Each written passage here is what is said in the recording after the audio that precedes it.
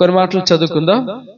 తర్వాత మనం చదువుకొని కొన్ని మాటలు మన జీవితాల్ని పరీక్షించుకొని తర్వాత ಪ್ರಭಾವల్లో మనం ಪಾಲು పొందుదాం. ಕೆಲವು ಮಾತುಗಳನ್ನು ಓದ್ಕೊಳ್ಳೋಣ, ಆಮೇಲೆ ನಮ್ಮನ್ನು ನಾವು ಪರೀಕ್ಷೆ ಮಾಡಿಕೊಂಡು ಆಮೇಲೆ ಮೇಜಿನಲ್ಲಿ ಪಾಲ್ಗೊಳ್ಳೋಣ. ప్రకటన గ్రంథం 2వ అధ్యాయము 7వ వచనం. ಪ್ರಕಟಣೆಗಳು 2ನೇ ಅಧ್ಯಾಯ 7ನೇ ವಚನ. சில வசனங்களை பரிசுத்த வேதாகத்திலிருந்து நாம் பார்த்து அதுக்கு பிறகு நாம் கர்த்தருடைய மேஜையிலே பங்கு பெறுவோம். ಸತ್ಯವೇದದಿಂದ ಕೆಲವು ಮಾತುಗಳನ್ನು ಓದಿ ಆಮೇಲೆ ಮೇಜಿನಲ್ಲಿ ಪಾಲು ಹೊಂದೋಣ. ప్రకటన గ్రంథం 2వ అధ్యాయం 7వ వచనం. ಪ್ರಕಟಣೆಗಳು 2ನೇ ಅಧ್ಯಾಯ 7ನೇ ವಚನ. చదువుదాం అందరూ కలిసి. ಎಲ್ಲರೂ ಸೇರಿ ಓದೋಣ. 2:7 వచనం. 2:7ನೇ ವಚನ. வெளிப்படுத்தின சுவிசேஷம் 2ஆம் அதிகாரம் 7வது வசனம். நம்ம எல்லாரும் சேர்ந்து படிப்போம். Revelation 2:7. We'll all read it together. చెవిగలవాడు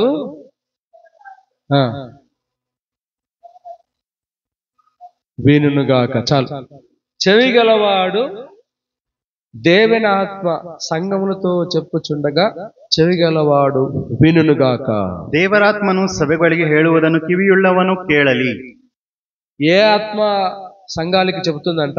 ಯಾವ ಆತ್ಮ ಸಭೆಗಳಿಗೆ ಹೇಳ್ತಾ ಇದೆ ಅಂತೆ? ಎಂದ ಆವಿ ಸಭೆಯೋಡ ಪೇಸುகிறது? ಯಾವ ಆತ್ಮ ಸಭೆಗಳ ಜೊತೆ ಮಾತಾಡ್ತಾ ಇದೆ?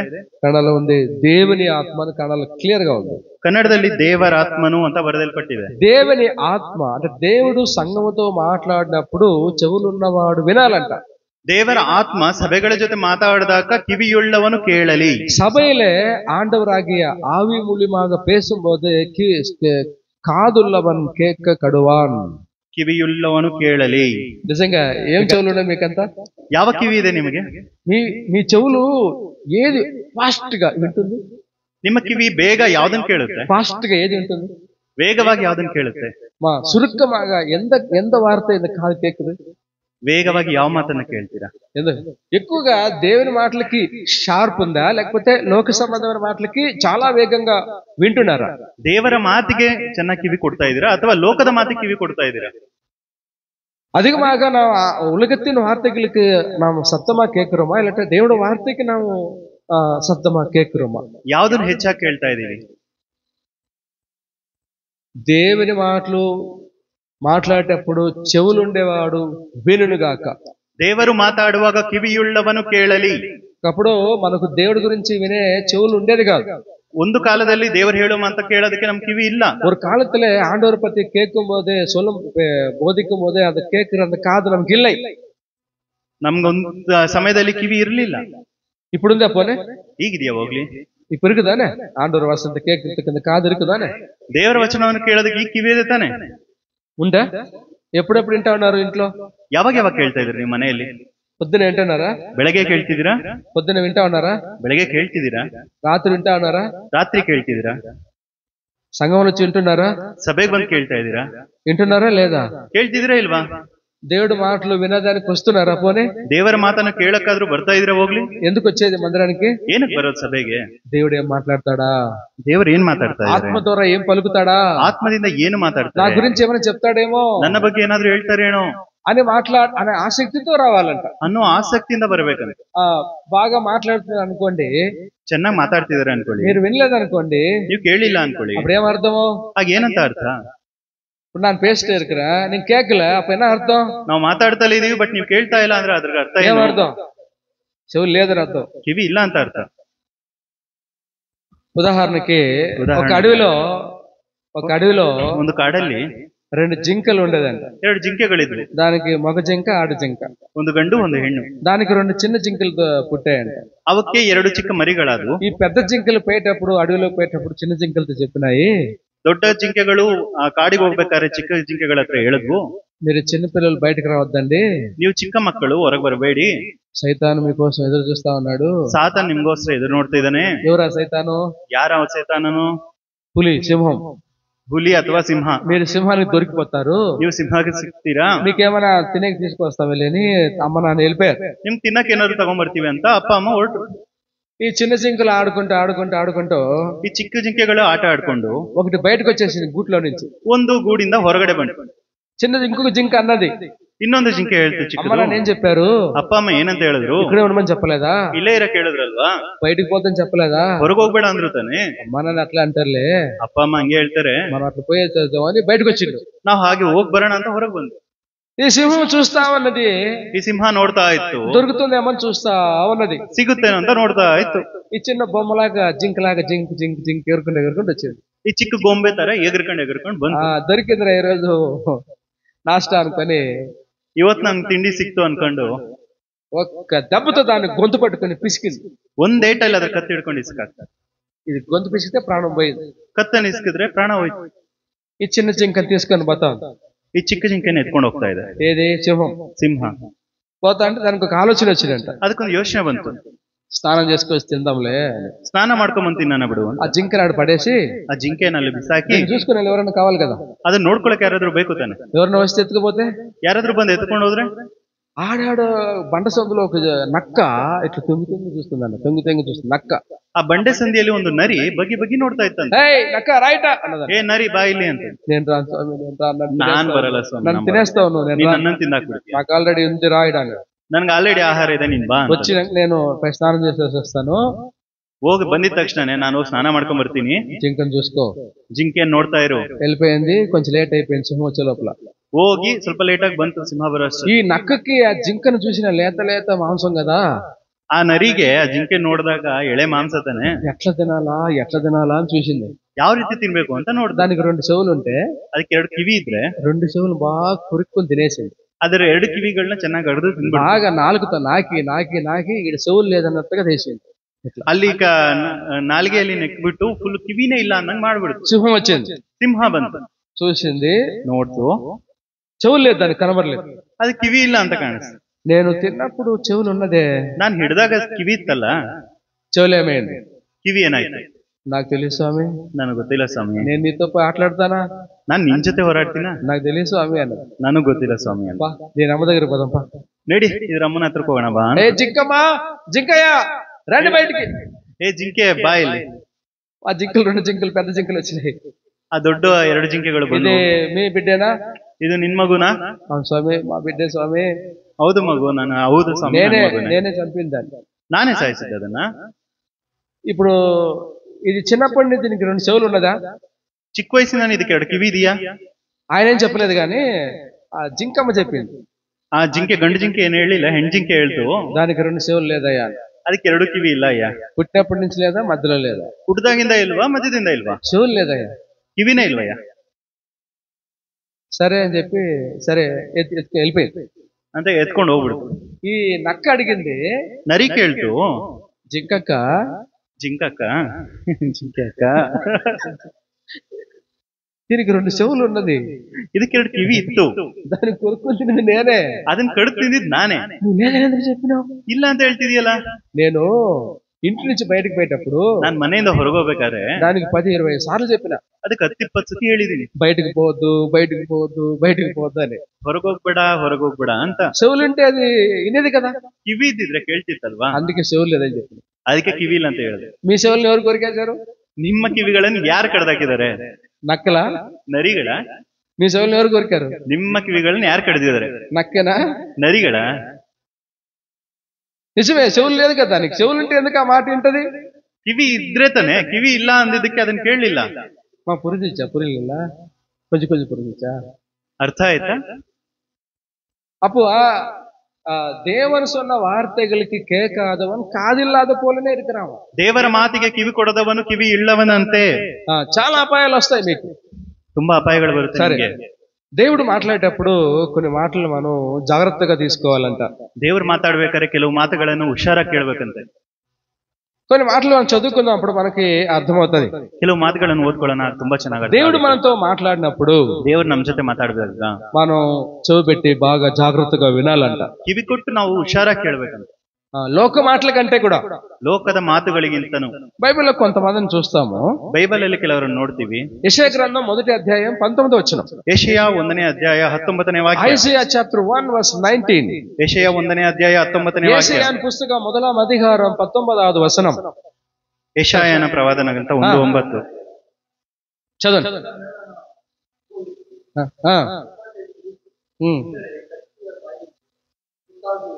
తెలుసు చదవండి. మీరు సమ్మతించి నా మాట వినిన ఎడల మీరు భూమి యొక్క మంచి పదార్థాలను ಅನುಭವಿస్తారు. ಭೂಮಿ ಮೇಲೆ ಒಳ್ಳೊಳ್ಳೆ ಪದಾರ್ಥಗಳಿದೆ, ಅದನ್ನು ಅನುಭವಿಸಬೇಕು ಅಂದ್ರೆ ನೀವು ನನ್ನ ಮಾತುಗಳನ್ನು ಮೊದಲು ಕೇಳಬೇಕು. நீ என்னோட வார்த்தை கேட்டால் உலகத்திலே அநேகமான நன்மைகள் உண்டு, அதை நீ அனுபவிக்க உனக்கு நான் தந்துருவேன். ನೀನು ನನ್ನ ಮಾತುಗಳನ್ನು ಕಿವಿ ಕೊಟ್ಟರೆ ಭೂಮಿಯಲ್ಲಿರುವಂತ ಒಳ್ಳೆಯದನ್ನು ನಿನಗೆ ಕೊಡುತ್ತೇನೆ. ఏం మాటినాలి ఇప్పుడు ఇక్కడ? ಯಾವ ಮಾತುಗಳಿದೆ ಇಲ್ಲಿ? 18వ వచనం. 18ನೇ ವಚನ. యెహోవా ఈ మాట సెలవిచ్చుచున్నాడు, రండి మన వివాదం తీర్చుకొందుము. ಬನ್ನಿರಿ ವಾದಿಸುವ ಎಂದು ಯೆಹೋವನು ಅನ್ನುತ್ತಾನೆ. మీ పాపములు రక్తముల ఎర్రగా ఉండను, ನಿಮ್ಮ ಪಾಪಗಳು ಕಡು ಕೆಂಪಾಗಿದ್ದರೂ హిమం వలె తెల్లగా చేస్తాను. ಹಿಮದ ಹಾಗೆ ಬಿಳುಪಾಗುವನು. ಕೆಂಪು వలె ఎర్రవైనను, ಪಾಪಗಳು ಕಡು ಕೆಂಪಾಗಿದ್ದರು గొర్రెబెచ్చ వలె తెల్లగా చేస్తాను. ಉಣ್ಣೆಯಂತೆ ಬೆಳ್ಳಗಾಗಿಸುವೆನು. ఇప్పుడు యెహోవా ఈ మాట సెలవిస్తున్నాడు. ಯೆಹೋವನು ಈ ಮಾತನ್ನು ಹೇಳುತ್ತಿದ್ದಾರೆ. ஆண்டவராகிய இயேசு இந்த வார்த்தை சொல்லுகிறார். ಕರ್ತರಾದಂತ ದೇವರು ಈ ಮಾತನ್ನು ಹೇಳ್ತಾ ಇದ್ದಾರೆ. రండి, మీ పాపాల ఎర్రగా ఉంటే ಬನ್ನಿ, ನಿಮ್ಮ ಪಾಪಗಳು ಕೆಂಪಾಗಿದ್ದರೆ తెల్లగా చేసుకోండి. ಬೆಳ್ಳಗಾಗಿ ಮಾಡಿಕೊಳ್ಳಿ. మీ పాపాలన్నీ కడుక్కోండి, ನಿಮ್ಮ పాపಗಳನ್ನು ತೊಳೆದುಕೊಳ್ಳಿ, శుద్ధి చేసుకోండి, ಶುದ್ಧಿ ಮಾಡಿಕೊಳ್ಳಿ. రండి. ಬನ್ನಿ. ఈ మాటకి ఎవరైతే లోబడతారో, ಈ ಮಾತಿಗೆ ಯಾರು ಒಳಪಡ್ತಾರೋ, వాళ్ళ పాపాలు ఎవరైతే కడుక్కుంటారో, ಅವರ ಪಾಪಗಳನ್ನು ಯಾರು ತೊಳೆಯಲ್ಪಡ್ತಾವೋ, మీకు భూమి మీద మంచి మంచి పదార్థాలు ఉన్నాయి. ಭೂಮಿ ಮೇಲೆ ನಿಮಗೆ ಒಳ್ಳೆ ಒಳ್ಳೆ ಪದಾರ್ಥಗಳಿದಾವೆ. మీరు అనుభవించినట్లు మీకు ఇస్తాను. ನೀವು ಅನುಭವಿಸಿ, ನಿಮಗೆ ಕೊಡ್ತೀನಿ. 15వ వచనం. 15ನೇ ವಚನ. మీరు మీ చేతులు చాచినప్పుడు మిమ్మల్ని చూడక నా కళ్ళు కప్పుకొందును. మీరు బహుగా ప్రార్థన చేసినను నేను వినను. మీ చేతులు రక్తముతో నిండి ఉన్నది, మిమ్మల్ని కడుక్కొని శుద్ధి చేసుకొనుడి. ನಿಮ್ಮನ್ನು ತೊಳೆದುಕೊಳ್ಳಿರಿ, ಶುದ್ಧಿ ಮಾಡಿಕೊಳ್ಳಿರಿ.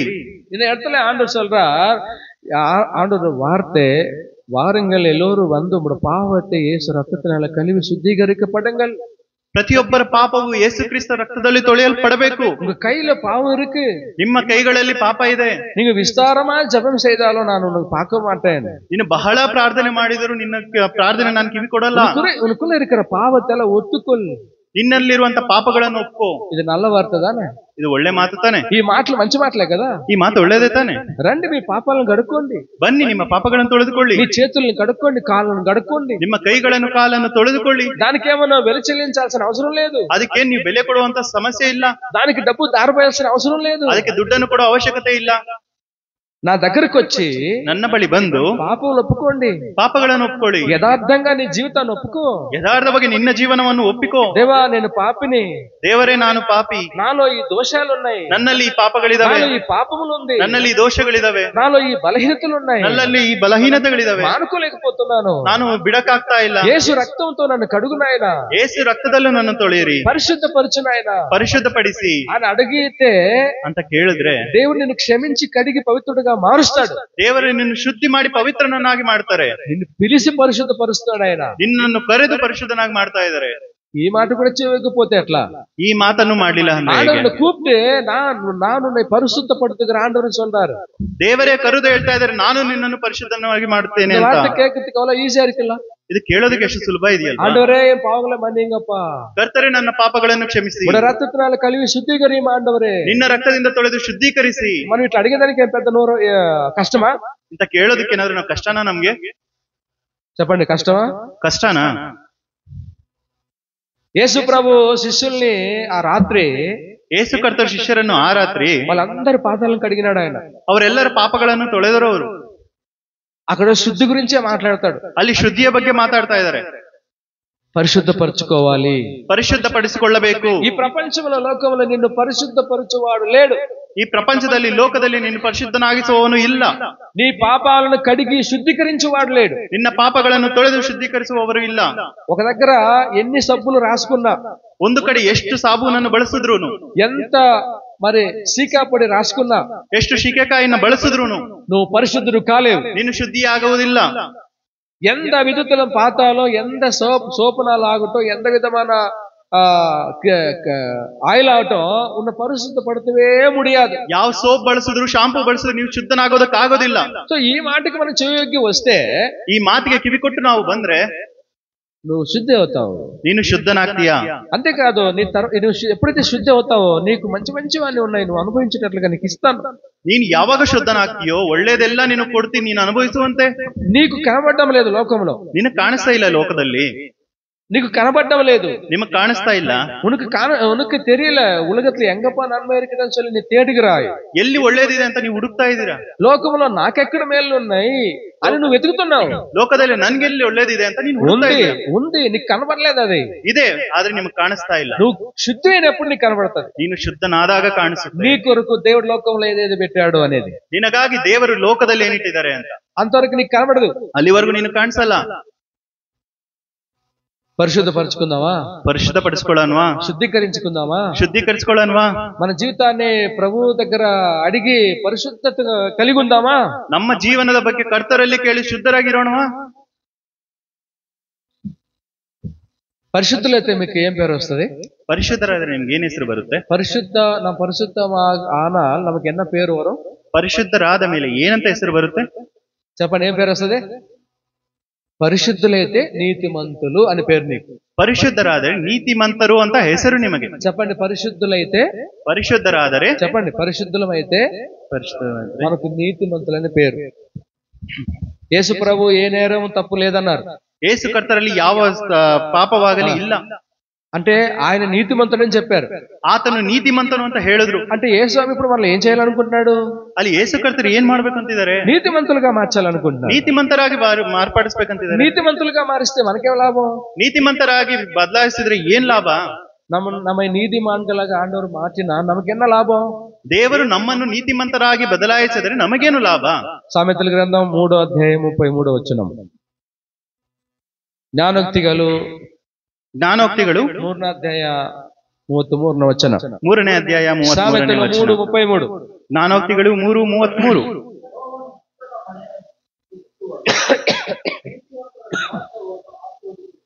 నీతిమంతుల గుడారాన్ని యెహోవా ఆశీర్వదించును. ನೀತಿವಂತರ ನಿವಾಸವನ್ನು ಆಶೀರ್ವದಿಸುವನು. ನೀತಿಮಾನ್ಗಳ ಗುಡಾರத்தை ಆಂಡವರು ಆಶೀರ್ವದಿಪಾರ.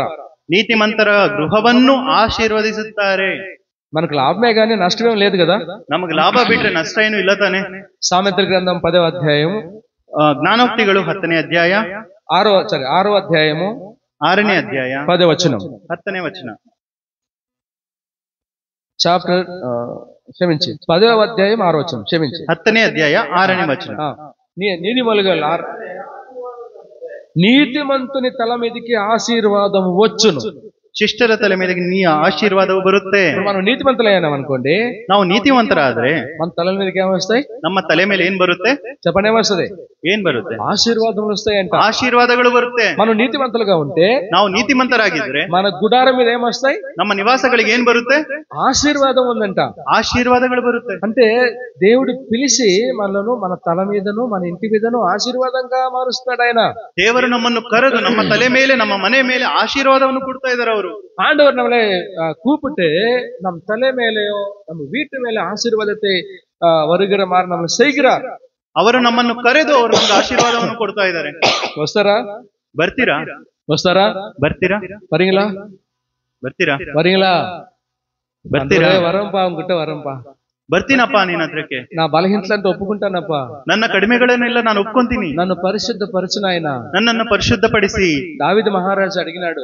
ದಾವೀದ ಮಹಾರಾಜನು ಹೇಳಿದನು, మంచు కంటే తెల్లగా చేయి నాయనా నన్ను. ಮಂಜಿಗಿಂತನೂ ಬಿಳುಪಾಗಿ ಮಾಡು ನನ್ನನ್ನು. పరిశుద్ధుడిగా చేయి నాయనా. ಪರಿಶುದ್ಧನಾಗಿ ಮಾಡು. పరిశుద్ధంగా ఉండే విషయంలో, ಪರಿಶುದ್ಧನಾಗಿರುವ ವಿಷಯಗಳಲ್ಲಿ నాకు స్థిరమైన మనసుని తండ్రి, ನನ್ನ ಸ್ಥಿರವಾದ ಮನಸ್ಸನ್ನು ಕೊಡಿ. మీరు బాప్తిజం తీసుకున్నప్పుడు, ನೀವು ಬಾಪ್ತಿಸ್ಮನ್ನು ತಗೊಂಡಾಗ, మీరు ప్రభువుని నమ్మినప్పుడు, ನೀವು ಕರ್ತರನ್ನು ನಂಬಿದಾಗ, దేవుని ఇంటికి వచ్చినప్పుడు, ದೇವರ ಮನೆಗೆ ಬಂದಾಗ మీరు మంచి మంచి తీర్మానాలు చేసుకున్నారు. ನೀವು ಒಳ್ಳೊಳ್ಳೆ ತೀರ್ಮಾನಗಳನ್ನು ಮಾಡ್ಕೊಂಡಿರ್ತೀರಾ. ఇక పాపము చేయను, ಇನ್ನ ಪಾಪ ಮಾಡುವುದಿಲ್ಲ, పాపాన్ని చూడను, ಪಾಪವನ್ನು ನೋಡುವುದಿಲ್ಲ, వినను, ಕೇಳುವುದಿಲ್ಲ, అట్లాంటి వారితో సహవాసం చేయను, ಅಂತವ್ರ ಜೊತೆ ಸಹವಾಸ ಮಾಡಲ್ಲ, ఈ లోక మలినం నుంచి నన్ను కాపాడుకుంటాను, ಈ ಲೋಕದ ಮಲಿನದಿಂದ ನನ್ನನ್ನು ನಾನು ಕಾಪಾಡ್ಕೊಂತೀನಿ. మంచి తీర్మానం చేసుకున్నావా లేదా? ಒಳ್ಳೆ ತೀರ್ಮಾನ ಮಾಡ್ಕೊಂಡ್ರಾ ಇಲ್ವಾ? చేసుకున్నారు లేదా? ಮಾಡ್ಕೊಂಡಿದ್ದೀರಾ ತಾನೆ. చేసుకుని తీర్మానం నిలిచి ఉన్నారా? ತಗೊಂಡಿರೋಂತ ತೀರ್ಮಾನದಲ್ಲಿ ನಿಂತಿದ್ದೀರಾ? నిల్చున్నారా? ನಿಂತಿದ್ದೀರಾ? నిలబడ్డారా? ನಿಂತಿದ್ದೀರಾ? చేసుకున్న తీర్మానం నిల్చున్నారా? ತಗೊಂಡ ತೀರ್ಮಾನದಲ್ಲಿ ನಿಂತಿದ್ದೀರಾ? నిలిచిపడ్డారా? నిలబడ్డారా? పోనీ அம்மா நம்ம நின்றுருக்குமா இந்தரே பாவத்துக்கு சம்பந்தப்பட்டதை நான் எதுவுமே பார்க்க மாட்டேன், கேட்க மாட்டேன்ப்பா, நடக்க மாட்டேன்னு சொல்லி நல்ல தீர்மானம் எடுத்தோம். ஆனா அது தீர்மானத்துல நம்ம இருந்தோமா? ಪಾಪವನ್ನು ಕೇಳಲ್ಲ, ಮಾಡಲ್ಲ, ನೋಡಲ್ಲ ಅನ್ನಂತ ಮಾತಲ್ಲಿ ನಿಂತಿದ್ದೀರಾ? అప్పుడు ఏం చేయాలి మనల్ని? ಆಗ ನಮ್ಮನ್ನ ಏನ್ ಮಾಡ್ಬೇಕು? పిలుస్తాడు ఆయన మరలా. ಕರಿತಾ ಇದಾರೆ ಅವ್ರು ನಮ್ಮನ್ನ ಮತ್ತೆ. రా వచ్చి నీ బలహీనతలు కడుక్కో, శుభ్రపరచుకో, ಬಾ ನಿನ್ನ ಬಲಹೀನತೆಗಳನ್ನು ತೊಳೆದುಕೋ, ಶುದ್ಧಿ ಮಾಡ್ಕೋ, శుద్ధుడిగా కవ్వు. ಶುದ್ಧನಾಗು. ఇర్మియా గ్రంథం 5:20 చదివితే, ಇರ್ಮಿಯ 5:20 ಓದಿದ್ರೆ, ఇర్మియా గ్రంథం 5వ అధ్యాయం 25 వచ్చిన చదివితే, ಇರ್ಮಿಯ 5ನೇ ಅಧ್ಯಾಯ 25ನೇ ವಾಕ್ಯ, మీ దోషములు వాటి క్రమాన్ని తప్పించను, మీకు మేలు కలుగునుటకు మీ పాపాలే కారణం.